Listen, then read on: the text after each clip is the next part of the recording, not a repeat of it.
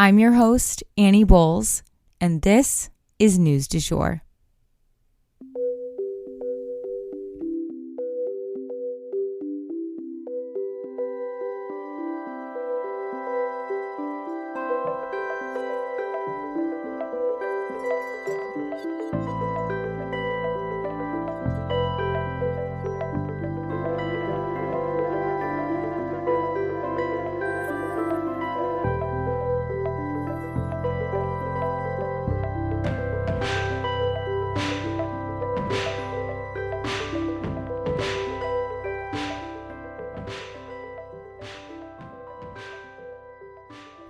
Hey everyone, and welcome back to the News du Jour, a calmer space to consume the news.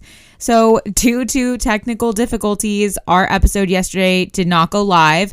I appreciate everyone who brought this to my attention.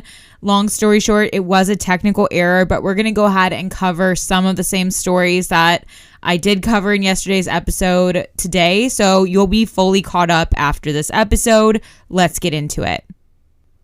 Today, we're going to be looking at 2 mini stories and then 3 longer stories. Let's get into it. Our first mini story, China demands that the U.S. roll back our sanctions against them. Will Washington listen? Unlikely.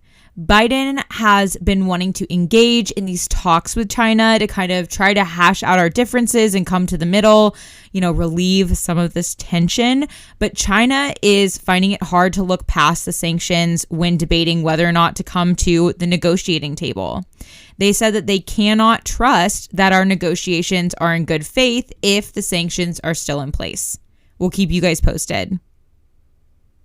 And for our second mini story, Senator Feinstein has suffered yet another health issue, or should I say more health issues than previously disclosed. She is 89 years old and suffering from shingles, but apparently this latest hospitalization had a number of other complications that have now come out via the New York Times, such as Ramsay-Hunt syndrome, where half of your face becomes paralyzed. Obviously, these are serious symptoms, but she continues to refuse to leave the Senate, as she always has. It seems like she plans to go out with her boots on, so to speak. So we'll definitely keep you guys posted on her health. For our first longer story today, I do have to issue a content warning. This story involves sexual abuse as well as racism. Okay, so I wanted to touch on Randall Emmett. While we're on the subject of Vanderpump Rules from Friday, there's a whole new documentary series coming out called The Randall Scandal that I think you guys should know about and at least have the lay of the land about this story. It is the disastrous tale of Randall Emmett. And in case you're unfamiliar, some have called Randall Emmett a quote-unquote mini Harvey Weinstein. He was involved in a number of different scandals going in a number of different directions. Essentially, he's a pretty disgusting human being, and don't you worry, we're going to dole out the details here. So you may be wondering, how is this guy related to Vanderpump though? So one of the cast members named Lala is someone who, first of all, she's one of the most beautiful women on the show. Absolutely, hands down. She dated Randall, was engaged to him. Then the pandemic hit and they had to put their wedding plans on hold. During that time, she got pregnant with his child and had the baby.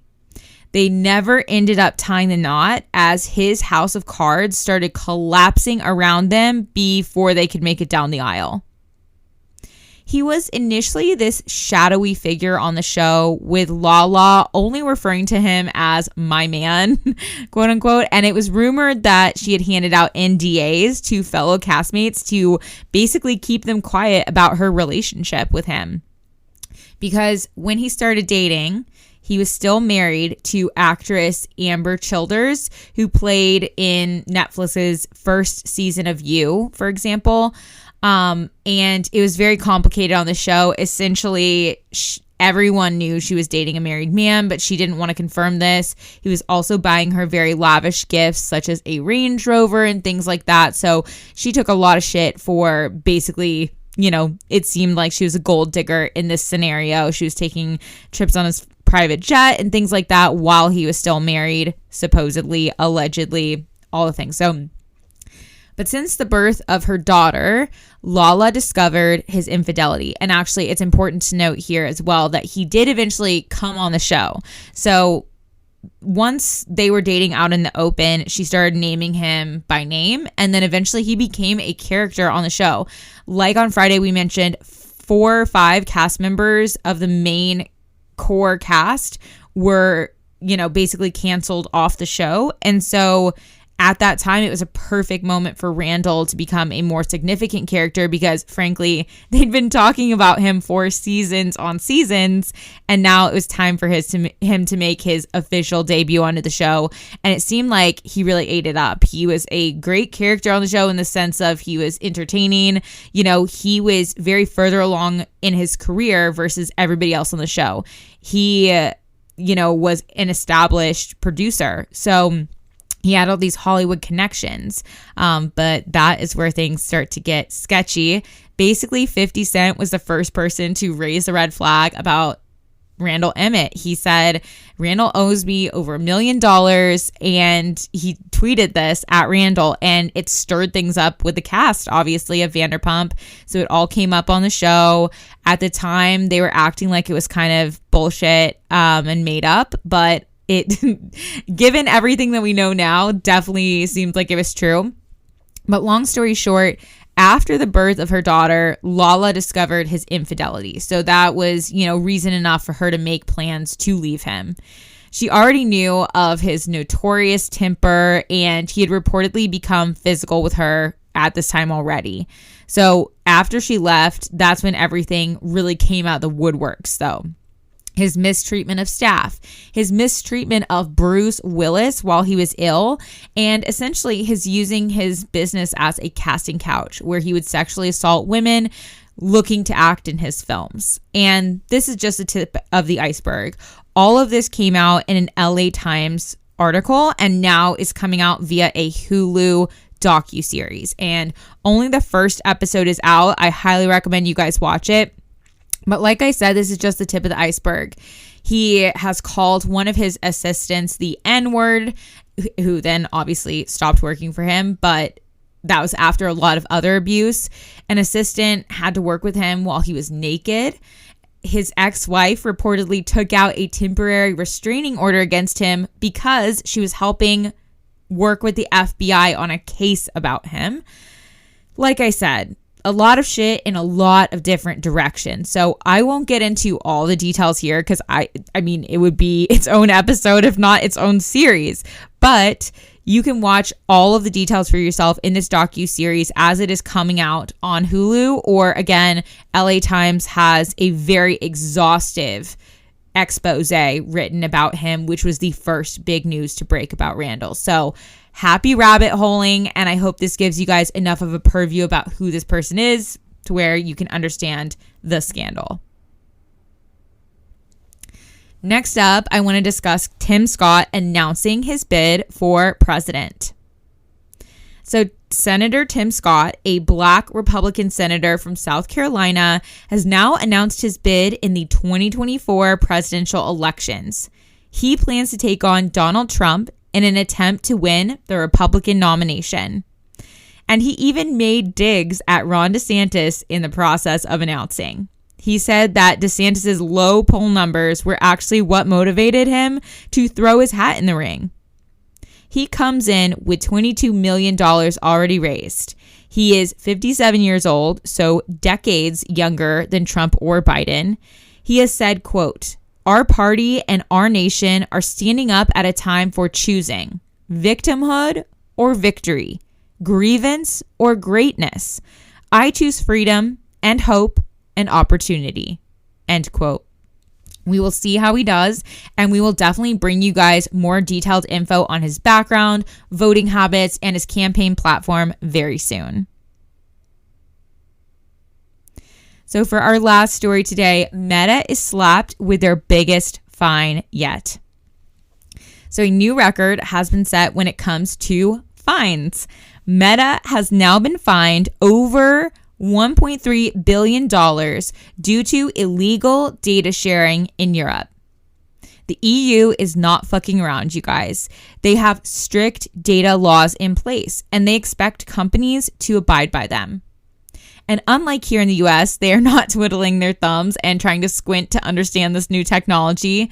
They are light years ahead of the US when it comes to data protection law, tech law generally, and obviously enforcing it.